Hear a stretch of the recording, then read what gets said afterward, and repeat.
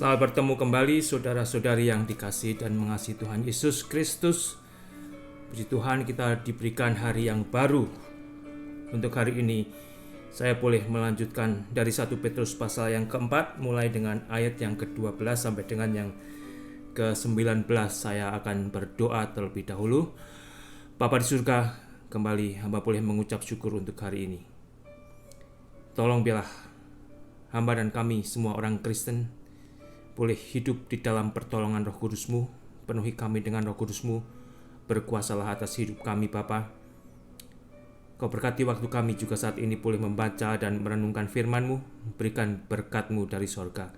Ampuni segala dosa-dosa kami Bapa. Dalam nama Tuhan Yesus hamba boleh berdoa dan mengucap syukur. Amin. 1 Petrus pasal yang keempat, mulai dengan ayat yang ke-12, di mana firman Tuhan berbunyi demikian. Saudara-saudara yang kekasih, janganlah kamu heran akan nyala api siksaan yang datang kepadamu sebagai ujian, seolah-olah ada sesuatu yang luar biasa terjadi atas kamu. Sebaliknya, bersukacitalah sesuai dengan bagian yang kamu dapat dalam penderitaan Kristus, supaya kamu juga boleh bergembira dan bersukacita pada waktu Ia menyatakan kemuliaannya. Berbahagialah kamu jika kamu dinista karena nama Kristus, sebab roh kemuliaan yaitu roh Allah ada padamu. Janganlah ada di antara kamu yang harus menderita sebagai pembunuh, atau pencuri, atau penjahat, atau pengacau. Tetapi jika ia menderita sebagai orang Kristen, maka janganlah ia malu, melainkan hendaklah ia memuliakan Allah dalam nama Kristus, karena sekarang telah tiba saatnya penghakiman dimulai, dan pada rumah Allah sendiri yang harus pertama-tama dihakimi. Dan jika penghakiman itu dimulai pada kita, bagaimanakah kesudahannya dengan mereka yang tidak percaya pada Injil Allah? Dan jika orang benar hampir-hampir tidak diselamatkan, apakah yang akan terjadi dengan orang fasik dan orang berdosa? Karena itu, baiklah juga mereka yang harus menderita karena kehendak Allah, menyerahkan jiwanya dengan selalu berbuat baik kepada Pencipta yang setia. Di ayat 12-19 ini saudara, kalau saudara ikuti sebenarnya begitu mudah untuk langsung dimengerti apa maksud daripada ayat-ayat Alkitab ini. Di ayat 12 di mana firman Tuhan berbunyi, saudara-saudara yang kekasih, orang Kristen yang kekasih, janganlah kamu heran ya kalau ada sesuatu yang akan terjadi seperti yang sudah dideskripsikan Alkitab ini. Janganlah kamu heran akan nyala api siksaan yang datang kepadamu sebagai ujian. Kalau orang Kristen mengalami nyala api siksaan yang datang sebagai ujian, Alkitab berkata agar saya dan saudara jangan heran. Jangan heran. Seolah-olah ada sesuatu yang luar biasa terjadi atas kita. Tidak saudara.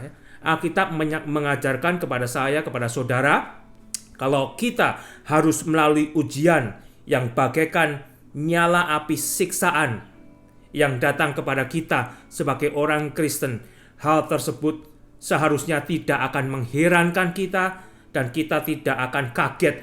Wah, ini sesuatu yang luar biasa.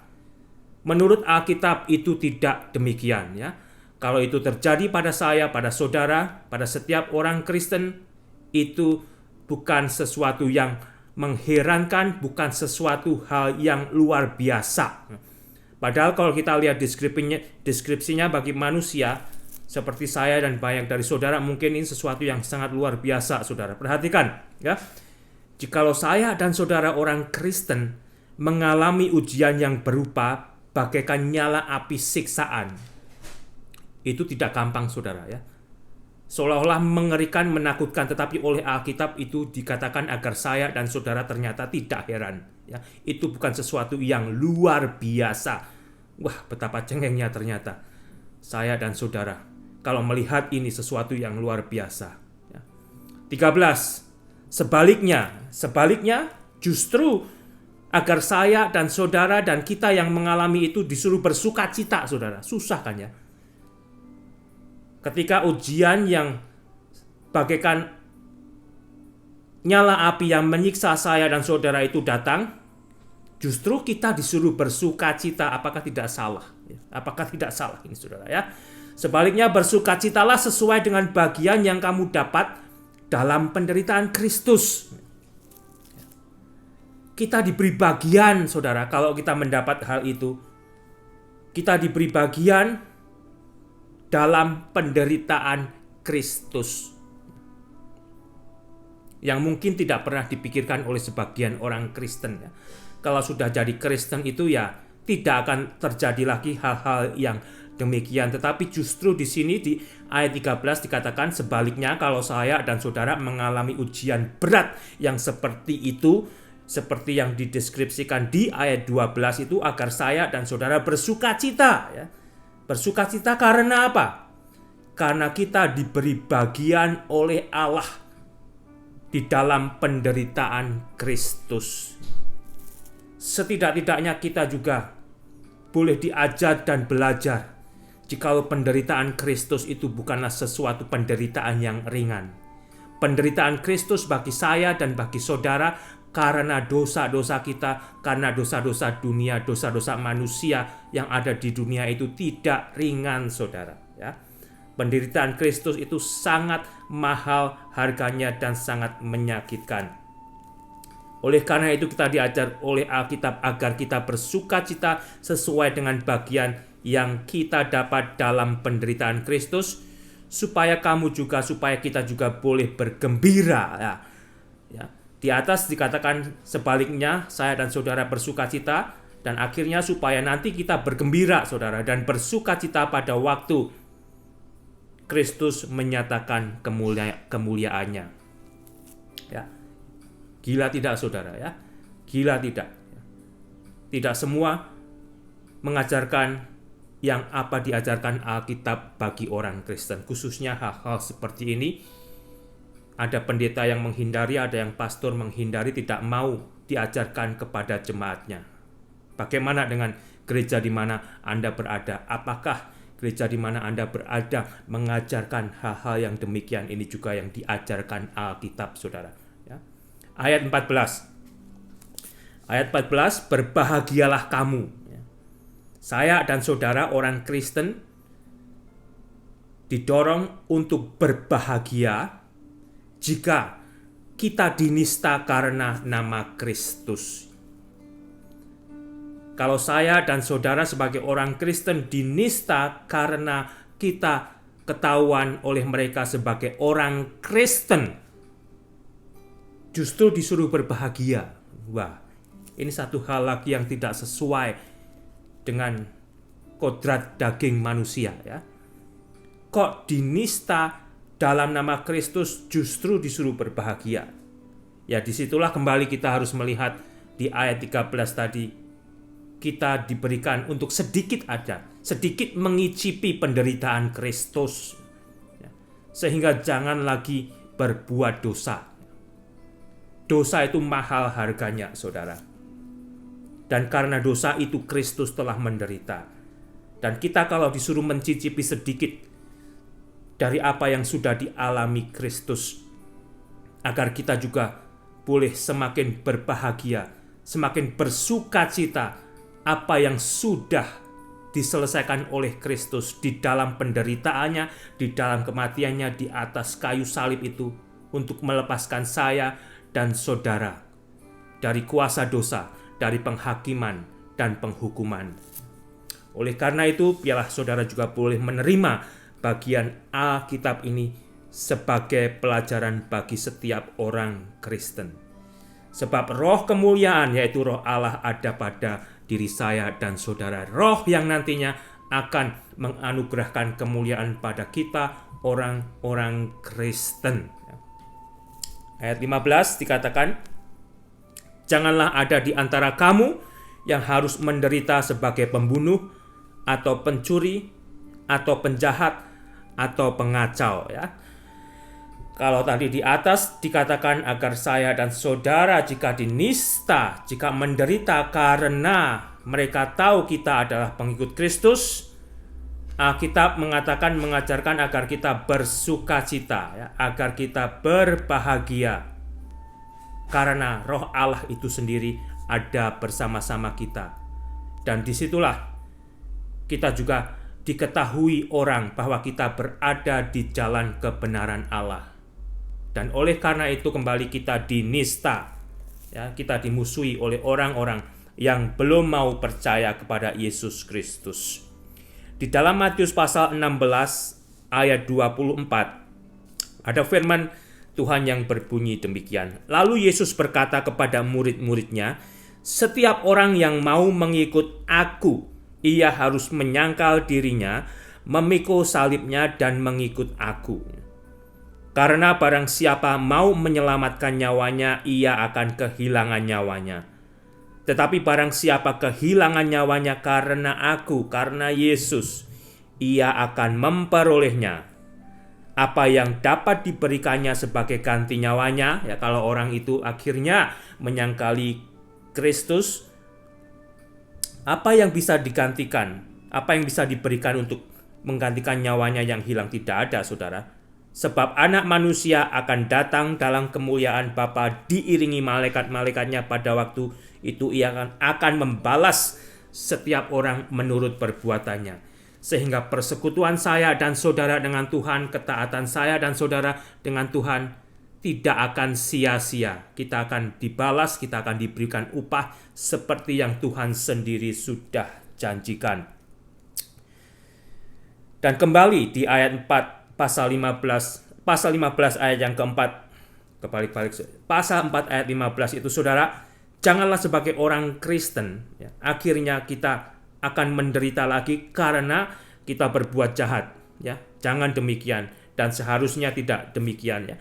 Jangan kita menderita dihukum karena kita mencuri, karena kita menjadi pengacau, pembunuh, dan segala hal. Ayat 16, tetapi jika ia menderita sebagai orang Kristen. Tetapi jika saya dan saudara menderita sebagai orang Kristen, apa kata Alkitab? Agar saya dan saudara tidak malu, ya.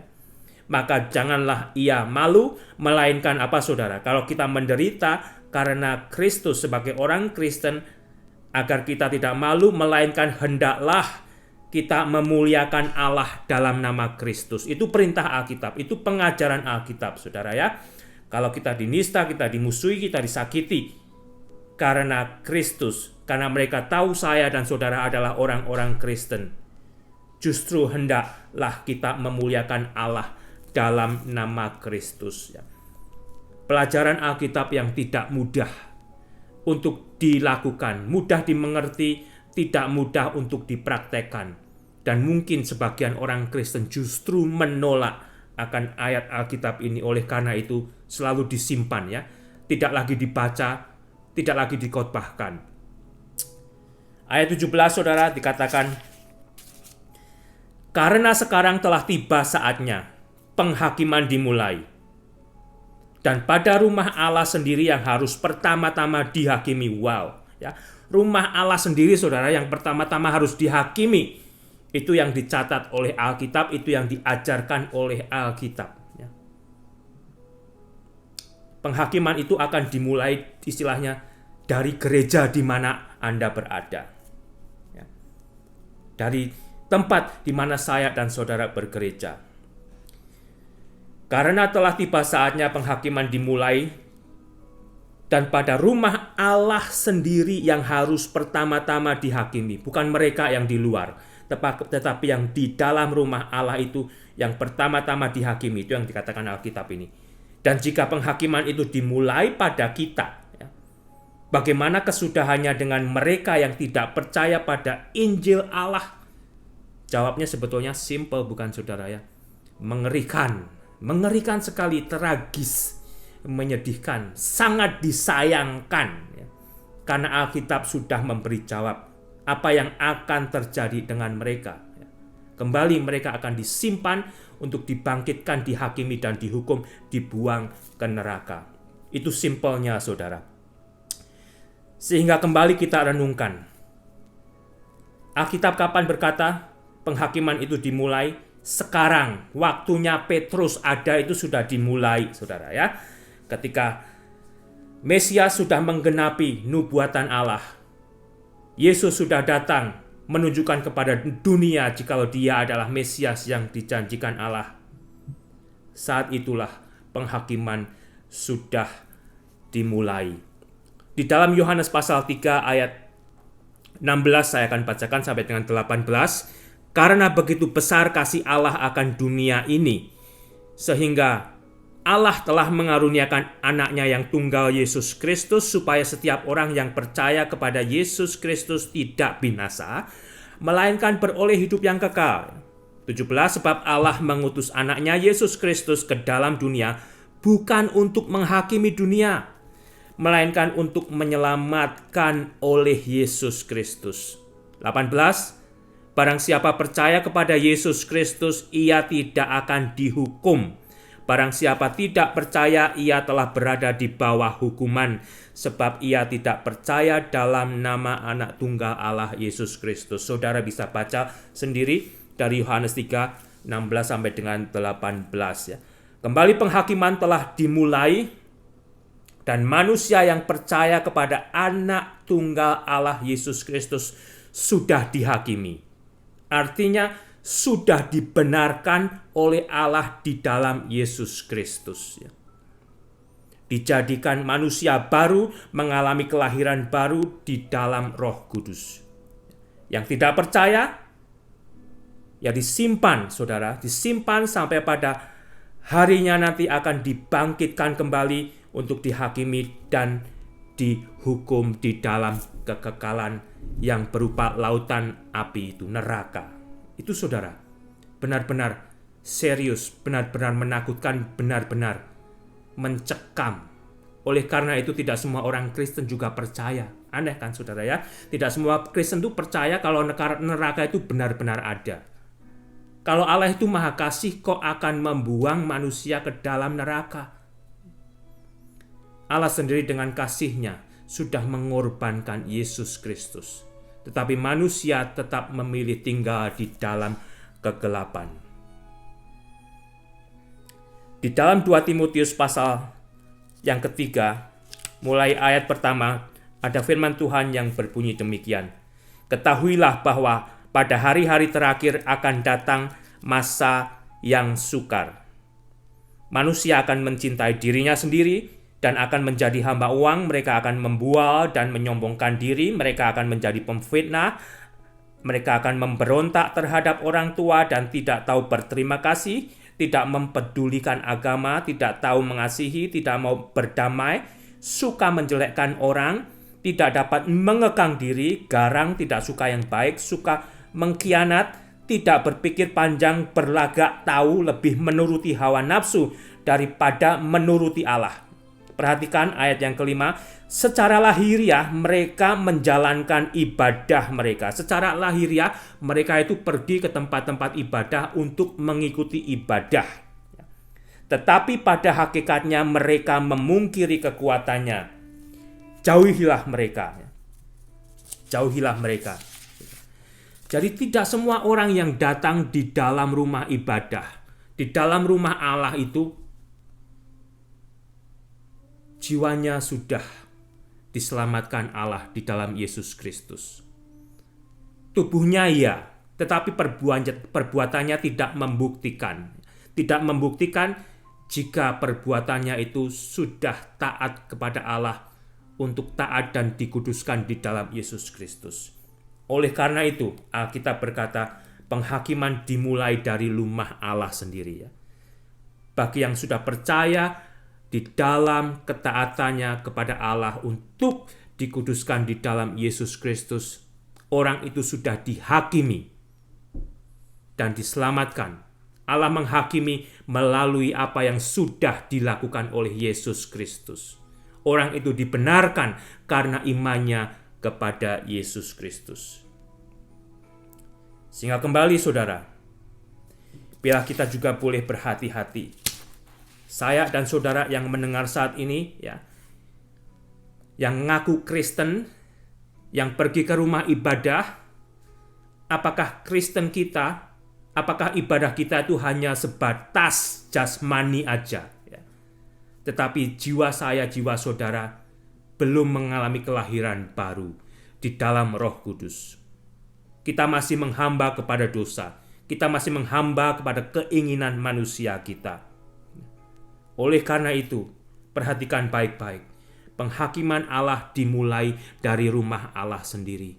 Dan kalau saya dan saudara sudah mau taat kepada Allah untuk diselamatkan di dalam Yesus Kristus, kita sudah dihakimi oleh Allah di dalam Yesus Kristus. Kita sudah dibebaskan dari penghakiman yang akan datang dan penghukuman kekal di dalam api neraka. Itu saudara kembali. Nanti akan banyak orang yang beribadah, bahkan agamawan tercengang-cengang, tidak menyangka jikalau mereka akhirnya harus pergi ke situ karena menolak Yesus Kristus. Kembali Alkitab berkata, percayalah kepada Allah, percayalah juga kepada Yesus Kristus, saudara. Kembali di sini, sangat serius bagi saya dan biarlah ini juga sangat serius bagi saudara. Dengan jelas Alkitab telah memberi jawaban akan pertanyaan tersebut. Pertanyaan di mana di bagian bawah itu dikatakan, jika penghakiman itu dimulai pada kita, bagaimanakah kesudahannya dengan mereka yang tidak percaya pada Injil Allah?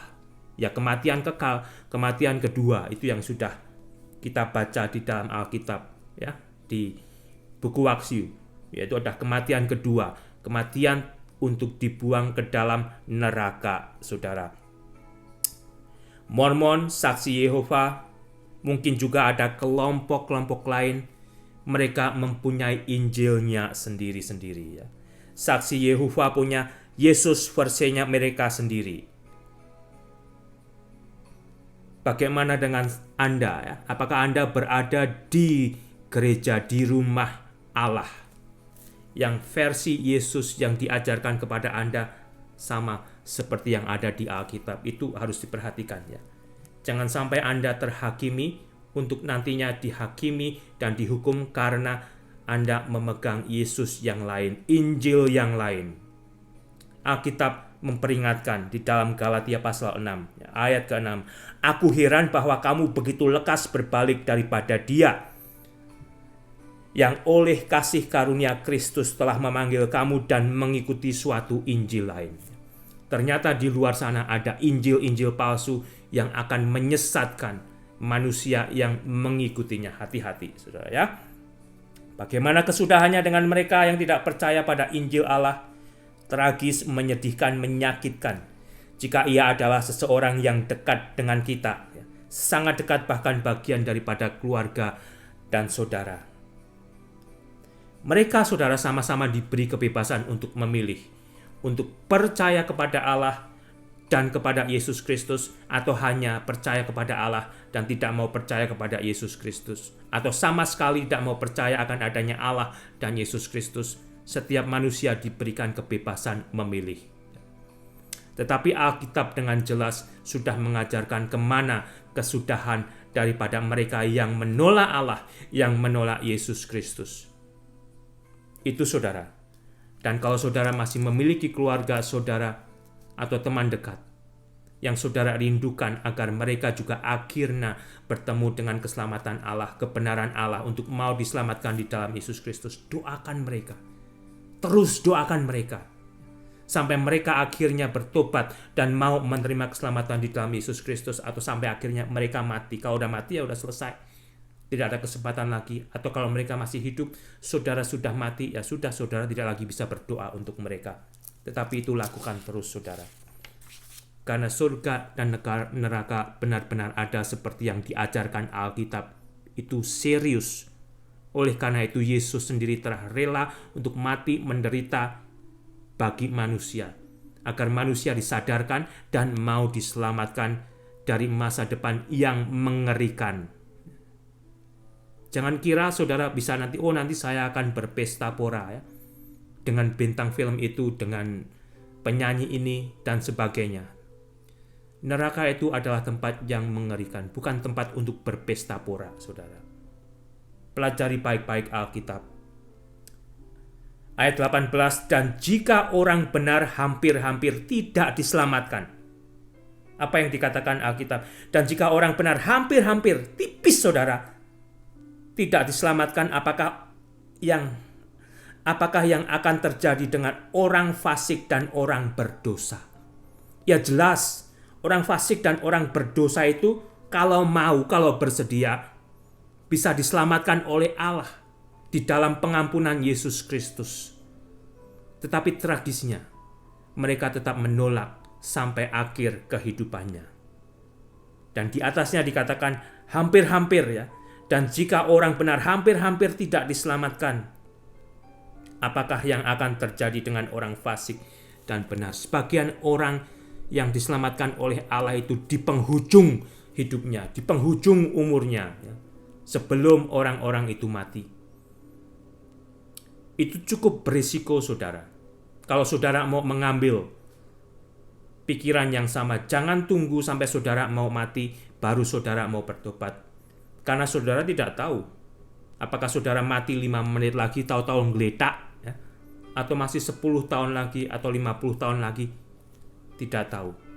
Janganlah memiliki mental yang demikian jikalau Roh Kudus sudah membukakan kebenaran antara surga dan neraka. Dan di dalam Yesus Kristus itu saudara, betapapun fasiknya saudara, betapapun dosanya saudara bisa diampuni saat ini juga. Detik ini, tidak usah pergi untuk mencari gereja, untuk mencari pastor. Saat ini katakan kepada Tuhan Yesus, ampuni aku. Aku mau Engkau menjadi Tuhan dan Juru Selamatku. Jadikan aku baru. Saat ini juga saudara. Saudara akan diberi kepastian. Seperti penjahat yang ada di sebelah Yesus itu. Saat itu juga Yesus memberi kepastian, hari ini juga engkau akan bersama aku di tempat di mana aku berada. Saudara.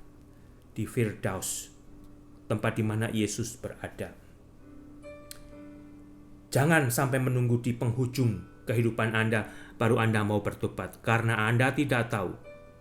Anda diberikan menit ini, detik ini, jam berikutnya tidak ada yang menjamin jikalau Anda masih bisa hidup. Ayat 19, karena itu baiklah juga mereka yang harus menderita karena kehendak Allah. Ya, kalau saya dan saudara dan orang Kristen lain harus mengalami penderitaan karena kehendak Allah, karena kehidupan kita di dalam Kristus Yesus, biarlah kita menyerahkan jiwa kita dengan selalu berbuat baik kepada Pencipta yang setia. Kita tidak akan takut, kita tidak akan kendor ya, untuk berbuat baik. Tetapi terus, itu adalah panggilan saya, panggilan saudara, panggilan setiap orang Kristen. Kalau kita dianiaya sebagai orang Kristen, kita tidak berhenti berbuat baik. Pencipta kita adalah Pencipta yang setia, saudara. Yang setia, yang telah memenuhi janjinya untuk memberikan juru selamat, yang telah setia untuk menolong saya dan saudara saat ini hidup di dunia ini. Roh Kudus, Roh Allah, Roh Penghibur itu sudah tinggal bersama saya dan saudara. Tahukah itu? Itu adalah salah satu kesetiaan Allah untuk menuntun saya dan saudara dari hari-hari, termasuk hari-hari yang sulit seperti ini bagi sebagian orang. Oleh karena itu, jangan jalan sendiri sebagai orang Kristen. Sadarilah, Roh Allah, Roh Kudus, Roh Penghibur itu sudah bersama-sama dengan Anda. Biarkan berkuasa bekerja menuntun langkah-langkah Anda. Dan akhirnya saudara akan menyadari, ini adalah anugerah semata. Saudara boleh berbahagia, bersuka cita karena sudah diselamatkan. Dan justru saat ini Roh Kudus juga secara langsung menolong hidup saudara, yang memampukan saudara akan melihat hari esok, saudara, ya. Dan bukan cuma itu saja, kesetiaan Allah akan digenapi hingga pada saatnya nanti kita akan dimuliakan, diberikan kemuliaan, dianugerahkan kemuliaan untuk tinggal bersama-sama dengan Kristus, bahkan melayani Kristus, memerintah bersama Kristus. Itu saudara, luar biasa. Di dalam Yesus ada kepastian. Ya, tidak mudah-mudahan. Kalau saudara yang sudah jadi Kristen berada di dalam keselamatan Allah melalui penebusan dosa yang sudah diselesaikan oleh Yesus Kristus, kalau ditanya orang, kamu kalau mati mau kemana? Ya mudah-mudahan ke sorga. Saudara belum mengerti Alkitab. Saudara belum jelas akan keselamatan yang sudah dianugerahkan Allah kepada saudara. Di dalam Yesus Kristus tidak ada mudah-mudahan, tetapi yang ada kepastian. 1 Yohanes pasal 5 ayat 13, semuanya itu kutuliskan kepada kamu supaya kamu yang percaya kepada nama anak Allah Yesus Kristus tahu, saudara, tahu pasti bahwa kamu memiliki hidup kekal. Tuhan Yesus memberkati. Pertimbangkan. Jangan keraskan hati Anda. Ya. Jangan tunggu sampai last moment. Mungkin Anda tidak akan mendapatkan itu. Kalau saudara mau bertobat, Roh Kudus bekerja, selesaikanlah dosa saudara, dosa Anda dengan Allah saat ini juga. Tuhan Yesus memberkati, puji Tuhan.